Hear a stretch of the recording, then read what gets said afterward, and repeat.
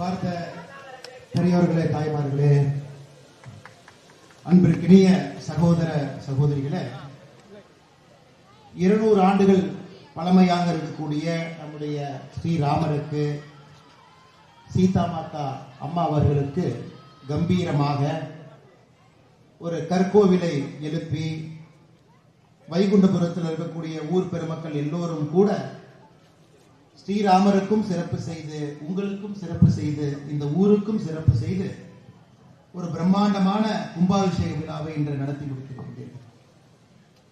தினமும் கூட கடந்த ஒரு வார காலமாக தினமும் சமய போதனை நடந்து கொண்டிருக்கிறது. இன்று சிறப்பு போதனையாக கும்பாபிஷேகம் நடக்கக்கூடிய இந்த நாளில் இங்கு எல்லோரையும் கூட நீங்கள் அழைத்திருக்கின்றீர்கள்.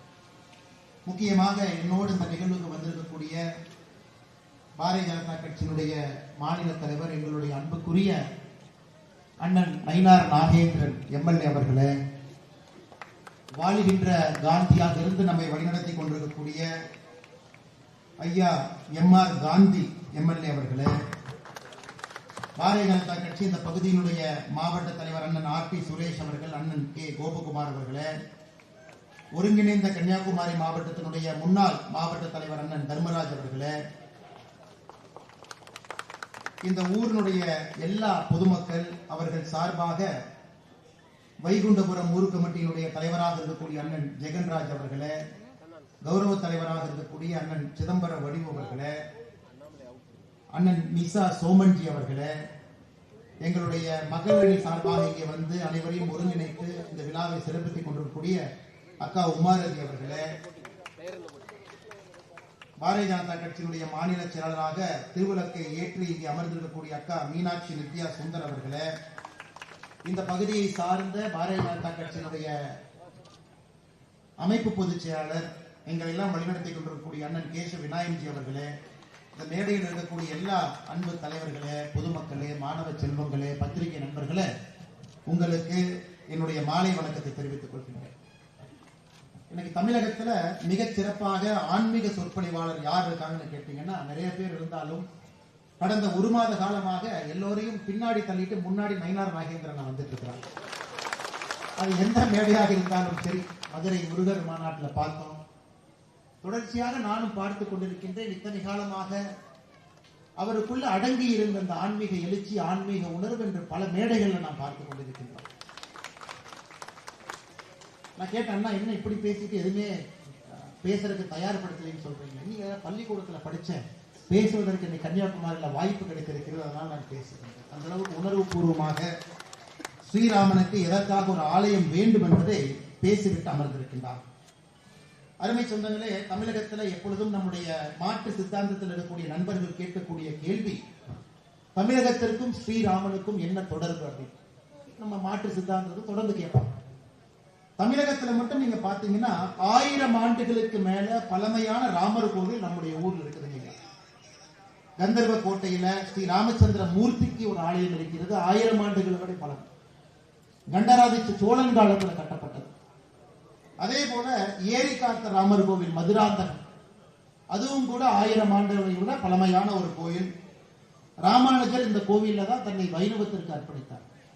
500 ஆண்டுகளுக்கு பழமையான ராமர் கோவில் தமிழகத்துல பாத்தீங்கன்னா பாப்பிரெட்டிப்பட்டி தருமபுரியில கல்யாண ராமர் கோவிலும் 500 ஆண்டுகளுக்கு மேல பழமையான கோவில். இதெல்லாம் ஸ்ரீராமருக்கும் தமிழகத்திற்கும் இருக்கக்கூடிய தொடர்.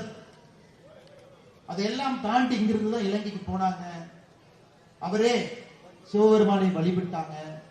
இந்த மாதிரி பல சரித்திரத்தை சொன்னாலும் கூட நம்முடைய நண்பர்கள் உணர்ந்து கொள்ள வேண்டும், தமிழகத்துல ஆண்டாண்டு காலமாக ஸ்ரீராமருக்கு கோவில் கட்டி வழிபாடு செய்து அவர் வாழ்ந்து காட்டிய நல்ல விஷயங்களை எல்லாம் ஒரு கணவன் மனைவியாக நம்முடைய இல்லற வாழ்க்கையிலும் கூட நாம் வாழ்ந்து கொண்டிருக்கின்றோம். இன்னைக்கு வைகுண்டபுரத்துல 200 ஆண்டுகளுக்கு பழமை இருக்கக்கூடிய இந்த கோவில், மண் கோவிலாக இருந்த ஒரு கோவில, இதனுடைய சரித்திரத்தை பார்த்தீங்கன்னா, திருவிதங்காரனுடைய சித்திரை திருநாள் மகாராஜா இந்த கோவிலை பல ஆண்டு காலம் போற்றி வழிபட்டு இந்த ஆலயத்துக்கு தேவையான எல்லா விஷயத்தையும் கூட செஞ்சாங்க. வெள்ளிமலை விவேகானந்த ஆசிரமத்தினுடைய சுவாமிஜி, சாரதா தேவி அம்மையாருடைய சீடா சுவாமிஜி அம்பானந்தா அவங்க நிறைய அந்த கோவிலுக்கு பண்ணியிருக்கிறாங்க. இன்னைக்கு நம்முடைய சுவாமி சைத்தன்யானந்தி மகாராஜ் அவர்கள் இந்த கோவிலுக்கு நிறைய பண்ணியிருக்கிறாங்க. அப்படிப்பட்ட சிறப்பு வாய்ந்த ஒரு கோவில். இந்த கோவிலுக்கு என்றே ஒரு சரித்திரம் இருக்கிறது. இன்னைக்கு ஒரு அற்புதமான கற்கோவில்ல கட்டப்பட்டு கும்பாபிஷேகம் நடத்தி இருக்கிறீர்கள். முதல்ல உங்களுக்கு ஒரு பெரிய பாராட்டு சொல்லணும். காரணம், ஊர் மக்களுக்கு அந்த உணர்வு இருந்தால் மட்டும்தான் நம்ம ஊர் கோவிலுக்கு நம்ம மரியாதை பண்ணணும், நம்ம ஊர்ல இருக்கக்கூடிய ஸ்ரீராமருக்கு கற்கோவில் கட்டி நாம் வழிபாடு செய்ய வேண்டும், அவருக்கு மரியாதை செய்ய வேண்டும் என்கின்ற எண்ணம் இருந்தால் மட்டும்தான் இது நடக்கும். கடந்த 4 ஆண்டு காலமாக நீங்கள் எல்லோரும் சேர்ந்து உங்களுடைய பொருளை எல்லாம் ஒன்றாக இணைத்து ஊர் மக்கள் எல்லோரும் ஒன்றாக இணைந்து அதை செய்து காட்டியிருக்கிறது. ஒரு அரசோ வேறு தனியார் நிறுவனங்களோ யாரும் கூட பங்கேற்காம ஊர் மக்களே உங்களுக்காக ஒரு கோவிலை எழுப்பியிருக்கின்றீர்கள். அதனாலதான் இந்த பாராட்டு மிகப்பெரிய பாராட்டாக நான் கருதுகின்றேன் என்று சொன்னேன். அதனால் நிச்சயமாக வருகின்ற காலத்துல இந்த ஆலய வழிபாடு மூலமாக இன்னும் நம்முடைய சனாதன தர்மத்தினுடைய எழுச்சிய அடுத்து வரக்கூடிய எல்லா தலைவருக்கும் கூட நம்முடைய இந்து தர்மத்தினுடைய கோட்பாடுகளை, குறிப்பாக இளைஞர்களுக்கு, வயது குறைந்தவர்களுக்கு, நம்முடைய வீட்டில் இருக்கக்கூடிய நம்முடைய வழிபாட்டு முறை, கோவில்ல நம்ம எப்படி ஆண்டவனை வழிபடுகின்றோம், சனாதன தர்மத்தினுடைய தத்துவங்களை எப்படி வாழ்க்கையோடு இணைத்து வாழ்ந்து கொண்டிருக்கின்றோம், இதையெல்லாம் நம்முடைய இளைய சமுதாயத்திற்கு நீங்க எடுத்து காட்டணும். மதுரையில முருகர் மாநாட்டில் நான் ஒரு விஷயத்தை பேசினேங்க ஐயா. அது சில பேர் அது தவறா புரிஞ்சுக்கிட்டாங்க. இருந்தும் இந்த மேடையில மறுபடியும் நான் அதை பேசுறேங்க. ஏன்னா குறிப்பா நம்முடைய இளைய சமுதாயம் இதை உணர்ந்து கொள்ள வேண்டும் என்பதற்காக. எல்லா மதமும் சம்மதம் என்று நினைக்கக்கூடியவர் நான். இருந்தும் நாம் சார்ந்திருக்கக்கூடிய இந்து மதம் இன்னைக்கு எப்படி இருக்கு அப்படிங்கறத நீங்க தெரிஞ்சுக்கணும். உலக அளவில் யாருக்கு தெரியுமோ இல்லையோ, கன்னியாகுமரி மக்களுக்கு தெரியும். 30 ஆண்டுகளுக்கு முன்பு இந்து மதத்தை சார்ந்தவர்கள் எத்தனை பேர் கன்னியாகுமரியில் இருந்தாங்க, இன்னைக்கு 2025 எத்தனை பேர் இருக்கிறாங்க. இன்னைக்கு உலகம் முழுவதும் பாத்தீங்கன்னா எந்த மதத்தை சார்ந்தவர்கள் அதிகமாக வசிக்கின்றார்கள்? கிறிஸ்தவ மதம். 230 கோடி பேர். 230 கோடி பேர் இன்னைக்கு கிறிஸ்தவ மதத்தை சார்ந்தவர்கள் இந்த உலகத்தில் இருக்கிறார். 200 கோடி பேர் இஸ்லாம் மதத்தை சார்ந்தவர்கள் இருக்கிறார். 30 கோடி கம்மி, 200 கோடி பேர். மூன்றாவதாக எந்த மதம் இருக்குன்னு கேட்டீங்கன்னா ஆச்சரியப்படுவீங்க. எந்த மதத்தையும் சாராதவர்கள் மூன்றாவது இருக்கிறார், அன்அஃபிலியேட்டட். 190 கோடி பேர். இன்னைக்கு நீங்க இங்கிலாந்து, யுனைடெட் கிங்டம் போனீங்கன்னா 53% மக்கள் அங்க கடவுள் இல்லை, நான் எந்த கடவுளையும் வழிபட மாட்டேன் என்று 53% மக்கள் இன்னைக்கு யூகே இருக்கிறாங்க. சைனால 140 கோடி பேர் இருக்கக்கூடிய சைனா போனீங்கன்னா 120 கோடி பேர் கடவுளை வழிபடாமல் இருக்கிறார். இன்னைக்கு உலகத்துல கடவுளை வழிபடாதவர்கள் அதிகமாகிக் கொண்டிருக்கின்றார்கள், கடவுள் இல்லை என்று நம்புவர்களும் அதிகமாகிக் கொண்டிருக்கின்றார்கள். 190 கோடி பேர் இன்னைக்கு உலகத்தினுடைய 3வது மதத்தில் இருக்கிறாங்க. அந்த மதம் என்னன்னு கேட்டீங்கன்னா கடவுள் இல்லை என்கின்ற மதம். 230 கோடி பேர் கிறிஸ்தவர்கள், 200 கோடி பேர் இஸ்லாமியர்கள், 190 கோடி பேர் எந்த மதத்தையும் சாராதவர்கள், அன்னப்புள்ளி. 120 கோடி பேர் இந்துக்கள். 120 கோடி பேர் இந்துக்கள். இந்துக்கள் பாத்தீங்கன்னா உலகத்துல 4வது மதமாக. எத்தனை நாடுகள்ல பெரும்பான்மையாக இந்த சமுதாயம் எல்லாம் இருக்கிறாங்க? இந்து மதத்தை எடுத்துக்கிட்டீங்கன்னா 2 நாட்டுல மட்டும்தான் இந்து மதத்தை பின்பற்றக்கூடியவர்கள் இன்னைக்கு பெரும்பான்மையாக இருக்கிறார்கள். ஒன்று நம்முடைய பாரத நாட்டில் இருக்கிறாங்க, இன்னொன்று நேபாள் இருக்கிறாங்க. 2 நாட்டுல மட்டும்தான் இந்து மதத்தை பின்பற்றக்கூடியவங்க இருக்கிறாங்க. கிறிஸ்தவ மதத்தை பின்பற்றக்கூடியவர்கள் 120 நாட்டுல பெரும்பான்மையா இருக்கிறாங்க. இஸ்லாமிய மதத்தை பின்பற்றக்கூடியவர்கள் 53 நாட்டுல பெரும்பான்மையா இருக்கிறாங்க. கடவுளே இல்லை என்று நம்பக்கூடியவர்கள் 10 நாட்டுல பெரும்பான்மையா இருக்கிறாங்க. இதை இங்க இருக்கக்கூடிய பெற்றோர்கள் உணர்ந்து கொள்ள வேண்டும். இந்த மதத்திலிருந்து ஒருவர் மதம் மாறினாலும் கூட அது மிகப்பெரிய அபாயகரமான சூழ்நிலையை இந்து மதத்துக்கு உருவாகும். அதனாலதான் ஒரு கோயிலுக்கு கும்பாபிஷேகம் பண்ணும் பொழுதெல்லாம் அந்த மதம் மறுபடியும் எழுச்சி பெறுகிறது. குறிப்பாக குழந்தைகள், இளைஞர்கள், பெண்கள் விளக்கு பூஜை பண்றாங்க. குழந்தைகளை கொண்டு சனாதன தர்மத்தை அறிமுகப்படுத்துகின்றோம். இந்த மதம் இன்னும் எழுச்சி பெறும். இது ஆச்சரியம் என்னன்னு பாத்தீங்கன்னா 2010 2020 10 ஆண்டுகள் எடுத்துக்கிட்டீங்கன்னா இந்த உலகத்துல கிறிஸ்தவர்கள் வெறும் 12 கோடி தான் சேர்ந்திருக்கிறாங்க. ஆனா இஸ்லாமியர்கள் 35 கோடி பேர் ஆட் ஆயிருக்கிறார். வெறும் 10 ஆண்டுகள்ல 35 கோடி இஸ்லாமியர்கள் புதிதாக வந்திருக்கிறார்கள். வெறும் 12 கோடி கிறிஸ்தவர்கள் வந்திருக்கிறார். அப்ப நீங்க நல்லா புரிஞ்சுக்கணும், உலகத்துல ஏற்படக்கூடிய தாக்கம் வைகுண்டபுரத்திலும் நடக்கும் என்பதை புரிந்து கொள்ளுங்கள். எங்கேயோ நடக்கக்கூடியதை நம்ம ஊர்ல நடக்கும். அப்ப நம்முடைய மதத்தை போற்றி பேணி காக்க வேண்டிய உரிமை, கடமை நமக்கு இருக்கு. நம்முடைய சனாதன தர்மத்தினுடைய கொடியை உயர பிடித்து யாரையும் மதமாற விடக்கூடாது. அது கன்னியாகுமரி போன்ற பகுதியில மதம் மாறி இருக்கக்கூடிய சொந்தங்களையும் திரும்ப அழைத்து வருவதற்கான முயற்சி எடுக்கணும். வருகின்ற காலத்துல எந்த மதத்திற்கும் எதிரான மதம் இந்து மதம் கிடையாது. அயோத்தியில நம்முடைய அண்ணன் நயினார் நாகேந்திரன் சொன்னாங்க, இன்னைக்கு பாருங்க, ராமர் அவருக்கு குழந்தை ராமருக்கு கும்பாபிஷேகம் செய்த பிறகு இங்க கும்பாபிஷேகம் பண்ணியிருக்காரு. இது ஒரு பெருமை. 2024 அயோத்தியால பண்ணிருக்காரு. ஆனா அயோத்தியாவுக்கும் 500 ஆண்டுகள் குழந்தை ராமர் 500 ஆண்டுகள் காத்திருந்தார். 500 ஆண்டுகள் காத்திருந்தார். கிட்டத்தட்ட 140 ஆண்டுகள் அந்த வழக்கு நடந்தது. வழக்கு மட்டுமே 140 ஆண்டுகள். அதுவரை இந்து சமுதாயம் பொறுமையாக இருந்தார். அவங்க சட்டத்தினுடைய உதவியை நாடுறாங்களோ தவிர சட்டத்தை கையில் எடுத்து ஏதாச்சும் பண்ணி ராமர் கோவிலை கட்ட வேண்டும் என்று இந்து சமுதாயம் நினைக்கிறது. எல்லா பிரச்சனையும் அடிப்படையை தீர்த்து விட்டு கோவிலை எழுப்ப வேண்டும் என்கின்ற வைராகியத்தோடு 500 ஆண்டுகள் இந்து சமுதாயம் பாரத நாட்டிலே காத்திருந்து 140 ஆண்டுகள் சட்ட வழக்கு அதெல்லாம் நடத்தி 2024 ராமருக்கு கோவில் எழுப்பணும். இதுல ஆச்சரியம், சுப்ரீம் கோர்ட்ல அந்த கேஸ் பார்த்தீங்கன்னா குழந்தை ராமரே வாதாடினார். பராசரன் ஐயா நம்முடைய தமிழகத்தை சார்ந்தவர். ஐயாவுக்கு இன்னைக்கு 100 வயசு. 100 வயது இருக்கக்கூடிய பராசரன் ஐயா உச்ச நீதிமன்றத்தில் இந்த வழக்கை எடுத்து வாதாடிய பொழுது ஒரு நாள் கூட செருப்பு போடாம உச்ச நீதிமன்றத்தில் வாதாடினார் பராசரன் ஐயா. காரணம் என்ன? 100 வயது இருக்கக்கூடிய ஒரு மனிதர், சனாதன தர்மத்தின் மீது முழு நம்பிக்கை இருக்கக்கூடிய பராசரன் ஐயா செருப்பு போடாம தான் உச்ச நீதிமன்றத்தில் இந்த வழக்கு நடத்தினார்.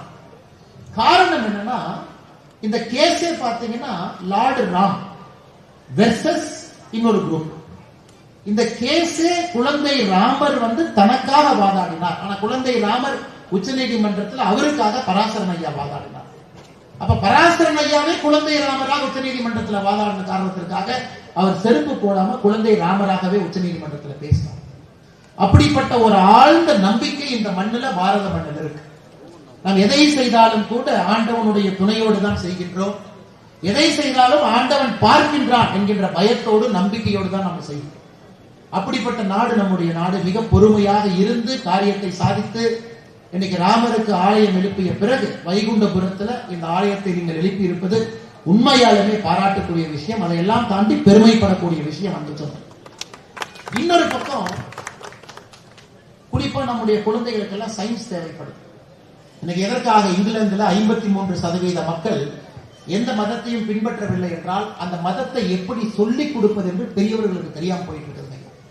ஒரு குழந்தை கிட்ட ஒரு மதத்தை எப்படி சொல்லிக் கொடுப்பது? ஏன்னா சயின்ஸ் படிக்கிறாங்க, ப்ரூஃப் கேட்கிறாங்க, கடவுள் இருக்காங்க காட்டுங்க அப்படிங்கிறாங்க. நீங்க கடவுளை காட்டல அப்படின்னா நான் நம்ப மாட்டேங்கிறாங்க. இன்னைக்கு குழந்தைகள் நம்ம பார்க்கிறோம், வேகமாக வளர்றாங்க, மூளை வளர்ச்சி ரொம்ப அதிகம்.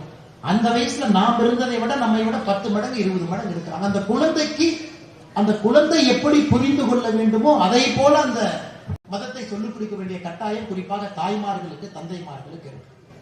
மதுரை மாநாட்டில் நாம் எல்லாம் பேசிய பொழுது, மாநாடு முடியும் பொழுது கிட்டத்தட்ட 5 லட்சம் பேருக்கு மேல அந்த நிகழ்ச்சி முடியும் பொழுது கந்த சஷ்டி கவசம் பாட வேண்டும் என்கின்ற முடிவு செய்தார். 5 லட்சம் பேரும் பாடணும், அது ஒரு கின்னஸ் சாதனையாக நடத்தப்பட வேண்டும். மேடையிலே தலைவர்கள் எல்லாம் இருந்தார்கள். அப்படியே கார் மேகம் அப்படியே கும்முன்னு வருது. மழை வரும்னு எல்லாத்துக்குமே தெரியும். மழை பெய்ய ஆரம்பிக்கும். அந்த நேரத்தில் நம்முடைய தலைவர்கள் எல்லாம் சொன்னாங்க, நிச்சயமாக கந்த சஷ்டி கவசம் பாடி முடிக்கும் வரை மழை வராது. மதுரையில் ஒரு ஆச்சரியமான விஷயம், அப்படியே துளி உழுவுதுக்கான மழை வரல. ஏன்னா மழை வந்த மழை அப்படியே அதை நின்று 1.5 மணி நேரம் கழித்து கந்தர் சஷ்டி கவசம் எல்லாம் பாடி முடித்த பிறகு மக்கள் போன பிறகு மழை வருகிறது. அப்ப கந்த சஷ்டி கவசம் ஒரு சாதாரணமான முருக பெருமானுக்காக பாடக்கூடிய ஒரு பாடலா, இல்லை அதிலே ஒரு மந்திரத்தினுடைய மர்மம் கந்த சஷ்டி கவசத்துல இருக்கா? இன்னைக்கு நல்லா நீங்க கந்த சஷ்டி கவசத்தை வீட்டுல பாடுறவங்க நல்லா யோசிச்சு பாருங்க. சரவண பவ அப்படின்னு ஒரு வார்த்தையை பயன்படுத்துறோம். சரவண பவ என்கின்ற வார்த்தையை பயன்படுத்துறோம். சரவண பவ ஒரு மந்திர சொல். அப்படி சரவண பவ சொல்லும் பொழுது ஒரு மந்திர சொல். நமக்குள்ள அந்த ஒளியை நாம் சொல்லும் பொழுது நமக்குள்ள ஒரு மாற்றம் வரும். நல்லா பாருங்க, சரவண பவன்ல முன்னாடி இருக்கக்கூடிய சாவ தூக்கி நான் பின்னாடி போடுறேன் ஐயா. சரவண பவன்ல சாவ தூக்கி பின்னாடி போடுறேன். ரவண பவச, சா தூக்கி பின்னாடி போட்டா ரவண பவச. இப்ப முன்னாடி இருக்கக்கூடிய ராவ தூக்கி பின்னாடி போடுறேன். வனவ வசர. முன்னாடி இருக்கக்கூடிய வாவை தூக்கி மறுபடியும் பின்னாடி போற. நவப சரவ. நாவை தூக்கி மறுபடியும் பின்னாடி போற. பவச ரவண. முன்னாடி இருக்கிற பாவை தூக்கி பின்னாடி போற வசர வனவ. இப்ப உங்களுக்கு தெரியுமோ, இது எங்கேயோ கேட்ட மாதிரி இருக்கு. இந்த சரணபவத்தினுடைய ஒரே ஒரு வார்த்தை இங்கே மாத்தணும்னா இது எங்கேயோ கேட்ட மாதிரி இருக்கு, எங்கேயோ படிச்ச மாதிரி இருக்குன்னு உங்களுக்கு ஞாபகம். இது எங்க வருதுன்னாங்க ஐயா, முருகனுக்காக நீங்க பாடக்கூடிய அந்த மந்திர பாடல், அதுலயே இதை நீங்க படிப்பீங்க. ரா ரா ரா ரா ரீ ரூ ரூ ரூ ரூ ரூ டும் டும் டும் எல்லாம். அதுல இந்த வார்த்தையை சொல்வீங்க. ரவண பவச வனபவசர நவபசரவ பவச ரவண இதெல்லாம் சொல்லுங்க. எதற்காக 18ஆம் நூற்றாண்டுல எழுதப்பட்ட ஒரு மந்திர பாடல்ல இந்த வார்த்தைகள் எதற்காக வருது யோசிச்சுப்பாங்க. நாம சொல்ற நம்முடைய தமிழ் மொழியை பொறுத்தவரை இது ஆண்டவனுக்கு நேரடியாக நாம் பேசக்கூடிய ஒரு மொழி. இதிலே விஞ்ஞானமும் இருக்கிறது, இதிலே மந்திரமும் இருக்கிறது, இதிலே இலக்கியமும் இலக்கணமும் ஆழ்ந்து இருக்கிறது. அதனாலதான் தமிழ் மொழி இந்த உலகத்தினுடைய செம்மையான மூத்த மொழி நம்ம சொல்றோம். ஏன்னா சரவண பவ நல்லா யோசிச்சு பார்த்தீங்கன்னா கந்த சஷ்டி கவசத்துல அதை எப்படி தேவராய பெருமானையா கொண்டு வந்திருப்பாங்கன்னா, முழுவதுமாக ஒரு மந்திரத்தை ஒரு பாட்டாக மாற்றியிருப்பாங்க. முழுவதுமாக ஒரு மந்திரத்தை ஒரு பாட்டாக. கந்த சஷ்டி கவசம். அதுல கந்த என்கின்ற வார்த்தை நம்முடைய தொப்புள் கொடியிலிருந்து 2 இன்ச் கீழே 5 சென்டிமீட்டர் கீழே அங்க இருக்கக்கூடிய பகுதியை கந்த என்கின்ற வார்த்தையை பயன்படுத்துறோம். தொப்புள் கொடியிலிருந்து 2 இன்ச் கீழே. சஷ்டிங்கிறோம். சஷ்டி விரதம் இருக்கிறோம். சஷ்டி ஒரு நாள். சஷ்டிக்கு இன்னொரு வார்த்தையும் இருக்கிறது, சட்டி. சட்டி என்றால் நம்முடைய கந்த பகுதி சட்டி மாதிரி இருக்கிறனால தொப்பில் இருந்து 2 இன்ச் கீழே வந்தீங்கன்னா அந்த பகுதி கந்த. அது அந்த பகுதி சட்டியை போல இருக்கும். கந்த சட்டி கவசம், கந்த சஷ்டி கவசமா மாறும். இன்னும் கொஞ்சம் உத்து பார்த்தீங்கன்னா நம்ம பெரியவங்க சொல்லுவாங்க, சட்டியில் இருந்தால்தான் அகப்பெயர் வரும். அந்த வார்த்தை சட்டியில் இருந்தால்தான் அகப்பெயர் வருங்கிறது கிடையாது, சஷ்டியில் இருந்தால்தான் அகைப்பெயர் வரும். ஏன்னா சஷ்டியும் சக்தியும் ஒன்று. அப்ப பெண்கள் சஷ்டியிலே விரதம் இருக்கும் பொழுது அகப்பையில கருவிலே உயிர் உண்டாகும் என்கின்ற அர்த்தம். அதைத்தான் சஷ்டியில் இருந்தால்தான் அகைப்பையில் வரும். கந்த சஷ்டி கவசம் படிக்கும் பொழுது நிச்சயமாக பெண்களுக்கு குழந்தை பாக்கியம் கிடைக்கும் என்பதை உறுதியா எப்படி சொல்றாங்கன்னா, இந்த மந்திர வார்த்தையை நீங்கள் பயன்படுத்த ஆரம்பிக்கும் பொழுது சரவண பவ என்கின்ற வார்த்தையில அந்த ஒளியை உங்கள் நாட்டை வைத்து நீங்கள் பயன்படுத்தும் பொழுது உங்களுடைய சட்டி பகுதி கந்த பகுதியில அதற்கான உயிரோட்டத்தை ஆரம்பித்து இப்ப பாருங்க. இது விஞ்ஞானம். நம்ம குழந்தைகள் இதெல்லாம் கேட்கறாங்க. ஆனா நீ முருகனுக்கு போய் பாட்டு படிச்சா எப்படி முருகன் வருவார்? இதையெல்லாம் நாம் சொல்ல வேண்டிய கட்டாயம் நமக்கு இருக்கு. இன்னைக்கு உயிரோட்டமாக நம்முடைய சனாதன தர்மம் இருக்க வேண்டும் என்று நாம் நினைத்தால் நம்முடைய குழந்தைகளுக்கு விஞ்ஞான முறையில கடவுளை காட்ட வேண்டிய கட்டாயம் நமக்கு இருக்கு. அது மட்டும் இல்லாம இந்து தர்மத்தை பொறுத்தவரை இன்னைக்கு உலகத்திற்கு இருக்கக்கூடிய பிரச்சனைகளுக்கெல்லாம் தீர்வாக ஒரு தர்மம் இருக்குன்னா நம்முடைய இந்து தர்மம் மட்டும்தான், எதுவுமே கிடையாது. உலகத்தில் இருக்கக்கூடிய எல்லா பிரச்சனைக்கும் தீர்வு நமக்கு இருக்கு. இன்னைக்கு எல்லா தர்மமும் என்ன பண்றாங்க பாருங்க. எல்லா தர்மமும் பொறுத்தவரை என்னுடைய தர்மத்தை நீ பின்பற்றவில்லை என்றால் நீ எதிரி அப்படிங்கிறது தான் மற்ற தர்மத்தினுடைய நோக்கம். மற்ற தர்மத்தை பார்த்தீங்கன்னா உலகத்தில் இருக்கக்கூடிய எல்லா பொருளுமே ஆண்டவன் உருவாக்கி இருப்பது அந்த தர்மத்தில் பிறந்த நீங்கள் அதை அனுபவிப்பதற்காக. அப்ரஹாமிக் ரிலிஜன் கிறிஸ்தவ மதத்தை பொறுத்தவரை இயற்கையில் இருக்கக்கூடிய எல்லா பொருளுமே நீங்கள் அதை அனுபவிக்க. ஆனா இந்து தர்மத்தை பொறுத்தவரை உலகத்தில் இருக்கக்கூடிய எல்லா பொருளும் உங்களோடு சேர்ந்து இருந்து பயணிக்க என்கின்ற வார்த்தை. உயிர் இருக்கிற பொருளும் உயிர் இல்லாத பொருளும் சனாதன தர்மத்துல ஒன்றாக பார்க்கக்கூடிய பாவனை நமக்கு இருக்கு. உயிர்களை கொல்லலாமா கொல்லக்கூடாதா, உயிர்களை உண்ணலாமா உண்ணக்கூடாது, எல்லாம் இந்த தர்மத்தில் இருக்கு. இன்னைக்கு உலகத்தில் இருக்கக்கூடிய எல்லா பிரச்சனைக்கும் வேற்றுமையில் ஒற்றுமையாக நம்முடைய சனாதன தர்மத்திலிருந்து தான் அடுத்த 21, 22ஆம் நூற்றாண்டு இந்தியாவில் இருந்துதான் உலக அமைதி இங்கிருந்தாங்க ஐயா போகுது. யோகா நம்முடைய சனாதன தர்மத்திலிருந்து உருவானது. இன்னைக்கு உலகத்துல 194 நாடுகள்ல ஜூன் 21ஆம் தேதி உலக யோகா தினத்துல எல்லாரும் பங்கேற்கிறாங்க. அது நம்முடைய சனாதன தர்மத்துல இந்த உலகத்திற்கு கொடுத்திருக்கக்கூடிய கொடை. நாம் சொல்லுகின்றோம் 108 யோக நிலையில உங்கள் மனதுல உங்களால் அமைதி கொண்டு வர முடியும் நாம சொல்றோம். இன்னைக்கு ஐநா சபையில எப்படி யோகாக்கு ஒரு நாள் கொடுத்திருக்கிறாங்களோ அது போல் தியானத்துக்கு ஒரு நாள் கொடுக்க போறாங்க. அதற்கான ரெசல்யூஷனை மூவ் பண்ணிட்டாங்க. தியானத்துக்கு ஒரு நாள். தியானமும் நம்முடைய சனாதன தர்மத்திலிருந்து நாம் கொடுத்திருக்கிறோம். பாருங்க, இன்னைக்கு நம்முடைய சனாதன தர்மம் பாரத நாட்டில் நமக்கு மட்டும் இல்லை. நம்முடைய சனாதன தர்மம் பாரத நாட்டிலிருந்து உலக நாடுகளுக்கு, அது உலக அமைதியாக இருக்கட்டும், உலக மேன்மையாக இருக்கட்டும், நாம கொடுக்கிறோம். அதைத்தான் கடவுள்கிட்ட போய் கேட்க வைத்தார். கும்பாபிஷேகம் பண்றோம். கும்பாபிஷேகம் பண்ணும் பொழுது நம்ம எல்லோருக்குமே தெரியும் கும்பத்துக்குள்ள என்ன வைப்போம். கும்பாபிஷேகம் குழந்தைங்கள இங்க இருக்கிறீங்க, உங்களுக்கு எப்பவுமே விஞ்ஞானம் வேண்டும் என்று கேட்கிறேன். அப்ப அந்த கும்பத்துக்கு எங்கிருந்து பவர் வரும்? இன்னைக்கு கும்பாபிஷேகம் பண்ணியாச்சு ஸ்ரீராமருக்கு. இன்னும் 14 ஆண்டுகள் கழித்து மறுபடியும் கும்பாபிஷேகம் பண்ண. பட் எத்தனை பேருக்கு தெரியும் கும்பத்துக்குள்ள இருக்கக்கூடிய நெல் பயிர், கும்பத்துக்குள்ள நீங்க வைக்கக்கூடிய நெல் பயிரை 14 ஆண்டுகள் கழித்து கும்பத்துக்குள்ள இருக்கக்கூடிய நெல்லை எடுத்து விதைத்தாலும் அது முளைக்கும். அது முளைக்கும். அப்ப 14 ஆண்டுகள் ஒரு கோவிலுடைய கும்பத்துக்குள்ள இருக்கக்கூடிய நெல்லுக்கு அவ்வளவு சக்தினா, அந்த சக்தியை நீங்க உருவாக்குறீங்க. இந்த கும்பாபிஷேகமே பாத்தீங்கன்னா அது ஹையஸ்ட் ஃபார்ம் ஆஃப் சயின்ஸ். அந்த சாமிக்கு மருந்து போடுறது, அந்த மருந்துல இருந்து அந்த கும்பத்தை வைக்கிறது, அந்த மருந்து எப்படி போடுறீங்க, அதற்கு கீழே ஒரு காப்பர் பிளேட்டு, எதெல்லாம் எனர்ஜியை கண்டக்ட் பண்ணுமோ அதெல்லாம் சாமிக்கு அடியில வைக்கிறீங்க. அந்த மருந்து வச்சு அந்த சாமியை பேக் பண்றீங்க.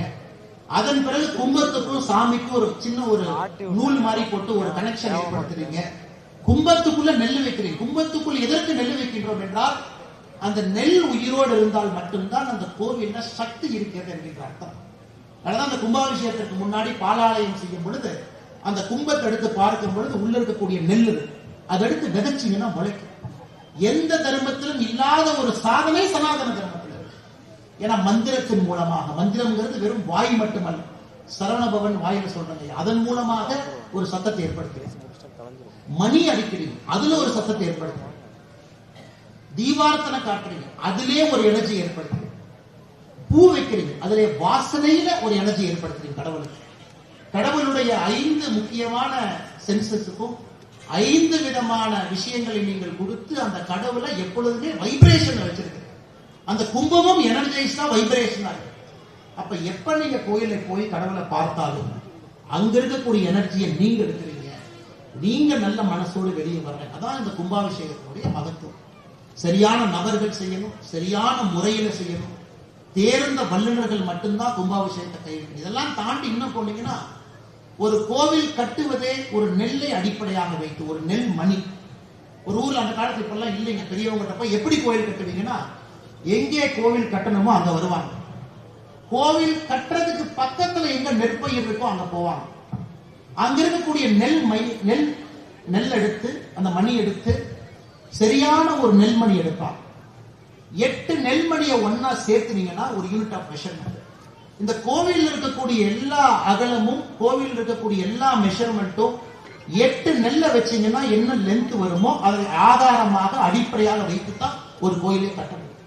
சோ ஒரு கோவிலினுடைய அடிப்படை தன்மை என்பது அந்த ஊர்ல விளைந்த ஒரு நெல் மணியினுடைய லென்த் என்ன இருக்கோ அதை அடிப்படையாக வைத்துத்தான் அந்த கோவிலினுடைய லென்த்தை நீங்க கட்ட முடியும். அவ்வளவு சயின்ஸ் நம்ம கட்டுதுங்க. அதையெல்லாம் நம்ம வெளியே கொண்டு வரும். அதையெல்லாம் குழந்தைகளுக்கு எடுத்து சொல்லணும். 190 கோடி பேர் என்னை கடவுள் இல்லை என்று சொல்லுகிறார்கள். உலகத்துல 3வது பெரிய மதமாக கடவுள் இல்லை என்கின்ற மதம் உருவெடுத்திருக்கிறது. அதையெல்லாம் மாற்றணும்.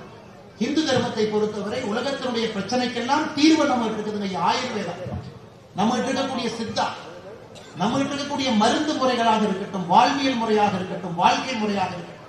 இன்னைக்கு எல்லாருமே சொல்ற ராமராஜ்யம், அது ஏன் சிவராஜ்யம்னு சொல்ல யோசிச்சு பாருங்க. உலகத்துல ஒரு கடவுள் வந்து ராஜாவாக இருந்து ஆட்சி செய்து எப்படி அந்த ஆட்சி இருக்க முடியும் என்று காட்டிய ஒரே கடவுள் ஸ்ரீராமன்.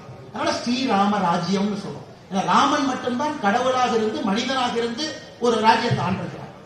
அப்ப நயினார் சொன்னது போல ஒரு மக்களாட்சியில் இருக்கும் பொழுது ஒரு மன்னன் எப்படி இருக்க வேண்டும் என்பதற்கு ஸ்ரீராமன் ஒரு இலக்கணம்.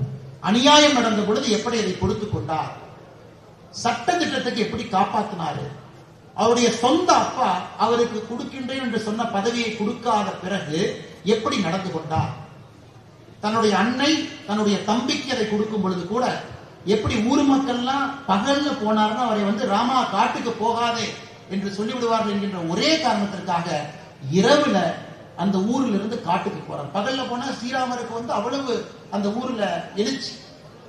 ஸ்ரீராமர் பகல்ல காட்டுக்கு போனா யாரும் விட மாட்டாங்க. மக்கள் வந்து ஸ்ரீராமனை குறுக்காட்டி விடுவார். அதனால இரவுல போறார், யாரும் என்னை தடுக்க கூடாது.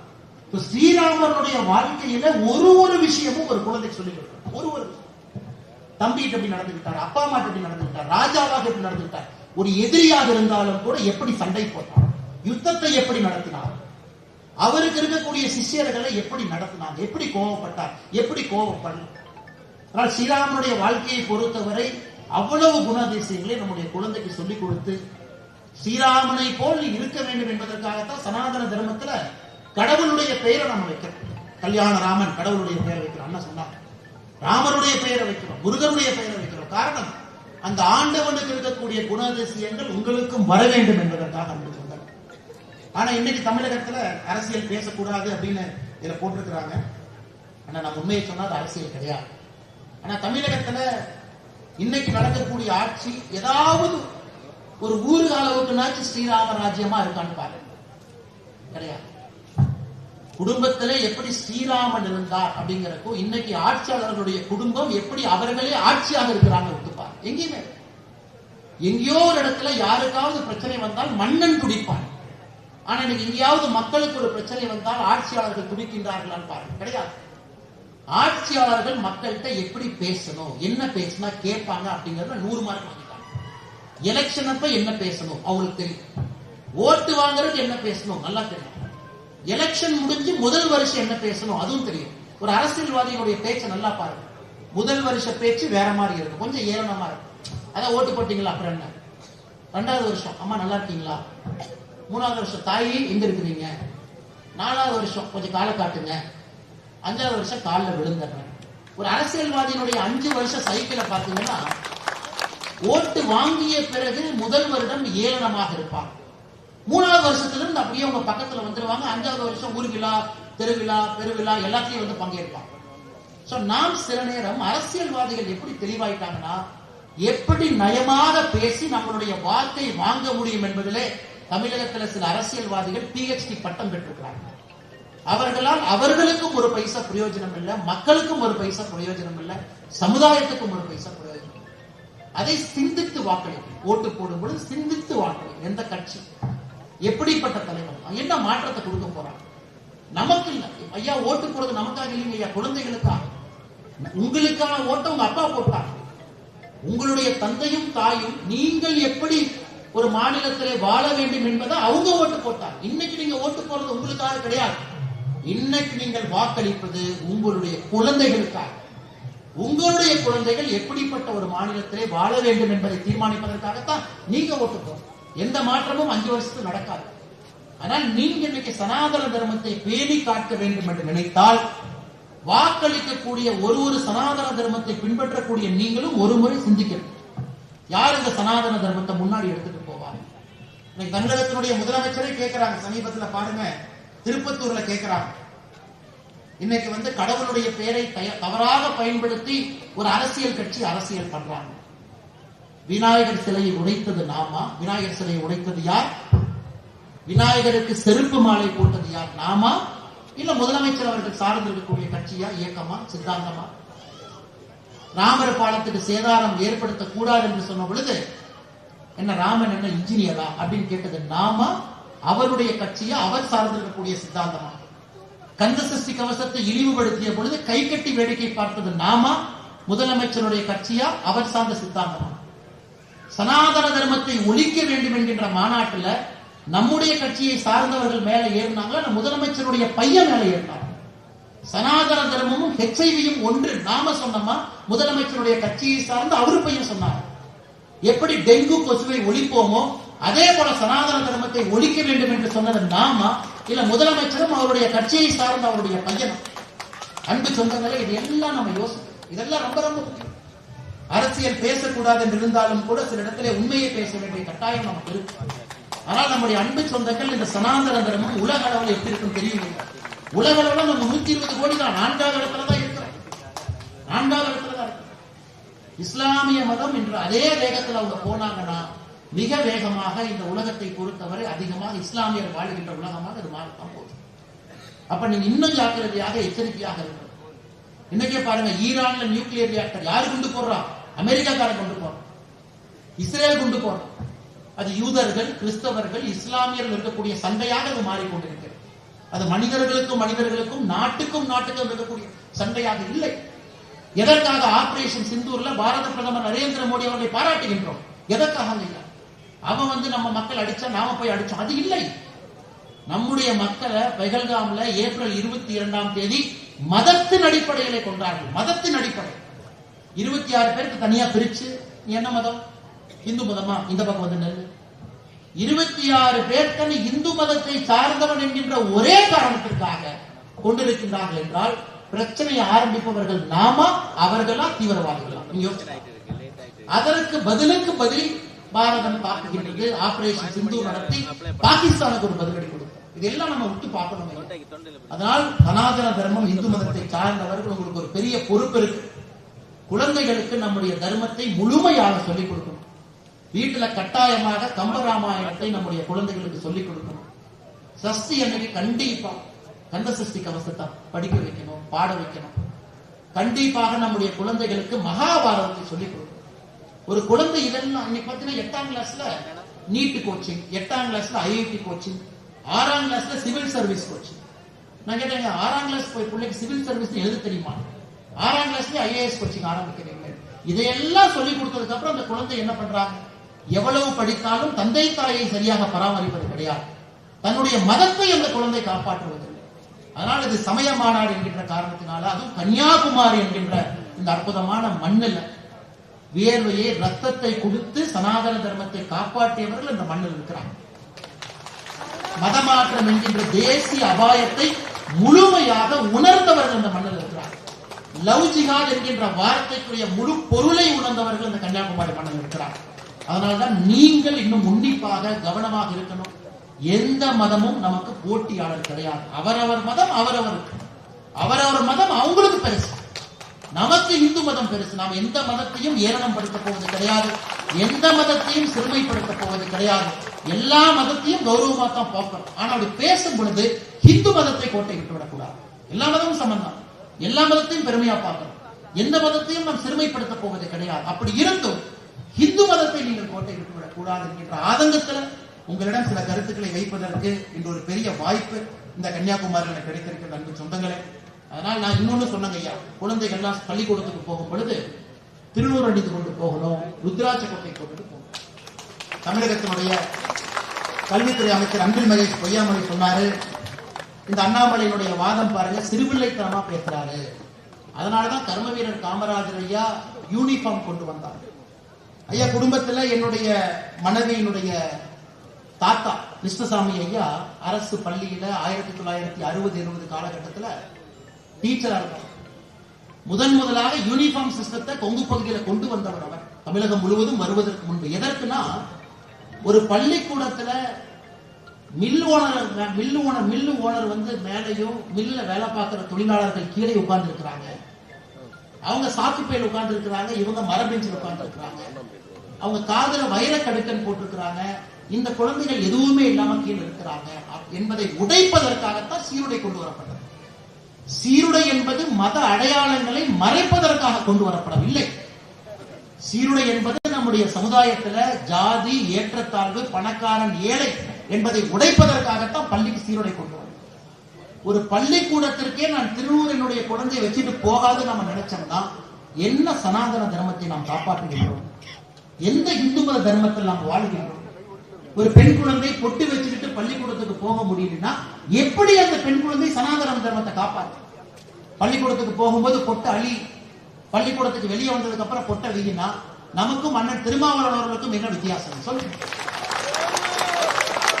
திருமாவளவன் சொல்ற மாதிரி இல்ல வேர்வை அதிகமா வந்துச்சு அதனால லைட்டா தொடச்சேன். யாரு காதுல சுத்த வேண்டியதெல்லாம் நம்ம காதுல சுத்துறாங்க. அதனாலதான் அன்பு சொந்தங்களே, சீருடை அணியணும்.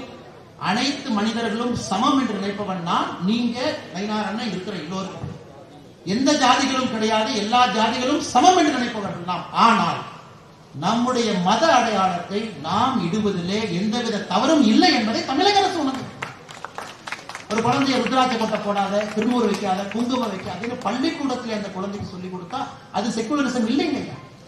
அது மத சார்பின்மை கிடையாது. அது ஒரு மதத்தை காலில் போட்டு மிதிப்பதற்கு சமம். அதனால நீங்க தைரியமா குழந்தைகளுக்கு நம்முடைய மத அடையாளத்தை நீங்க வச்சு விடுங்க. குழந்தைகள் பள்ளிக்கூடத்துக்கு போட்டும், அந்த குழந்தைக்கு தெரியட்டும் இன்னொரு மதமும் முக்கியம் என்பதை சொல்லிக் கொடுக்கும். அது இஸ்லாம் மதமாக இருக்கட்டும், கிறிஸ்தவ மதமாக இருக்கட்டும், அந்த மதமும் முக்கியம் என்பதை சொல்லிக் கொடுக்கும். அந்த மதத்தையும் சமமா பாருன்னு சொல்லிக் கொடுக்கும். அது சொல்லிக் கொடுக்க வேண்டுமோ தவிர திருநூறு வைக்காத, ருத்ராட்ச கொட்டை போடாத என்று சொல்லிக் கொடுப்பது தவறான ஒரு வாதம். அன்பு சொந்தங்கள், நிச்சயமாக இதெல்லாம் நீங்க கவனத்தில் எடுத்துக்கொள்வீங்க. வருகின்ற காலத்துல அரசியல் மாற்றம் சமுதாய மாற்றத்திற்கு மிக முக்கியமான ஒரு மாற்றம். நீங்கள் வாக்கு செலுத்தும் பொழுது நிச்சயமாக இதெல்லாம் யோசிப்பீங்க. சனாதன தர்மத்தை காக்கக்கூடிய கட்சிக்கு, கூட்டணிக்கு நிச்சயமாக நீங்க வாக்களிப்பீங்க. நம்ம பேசவே முழுமையாக சூரியன் மறைந்து அஸ்தமனமாகிருக்கிறார். அதையும் 2026 நீங்கள் நடத்தி காட்டுவீர்கள் என்ற ஒரு நம்பிக்கை இருக்கு. மறுபடியும் இந்த மேடையில் இருக்கக்கூடிய அன்பு தலைவர்கள், பெரியவர்கள், தாய்மார்கள், இந்த அற்புதமான ஊர் வைகுண்டபுரத்தில் இருக்கக்கூடிய பெரியவர்கள் எல்லாம் சேர்ந்து ஸ்ரீராமருக்கு பெரிய ஒரு மரியாதை செய்து இந்த அற்புதமான ஆலயத்தை எழுப்பியிருக்கின்றீர்கள். உங்களுக்கு மறுபடியும் என்னுடைய நெஞ்சார்ந்த வாழ்த்துக்களை, பாராட்டுகளை தெரிவித்துக் கொள்கிறேன். நன்றி, வணக்கம். ஜெய் ஸ்ரீராம்.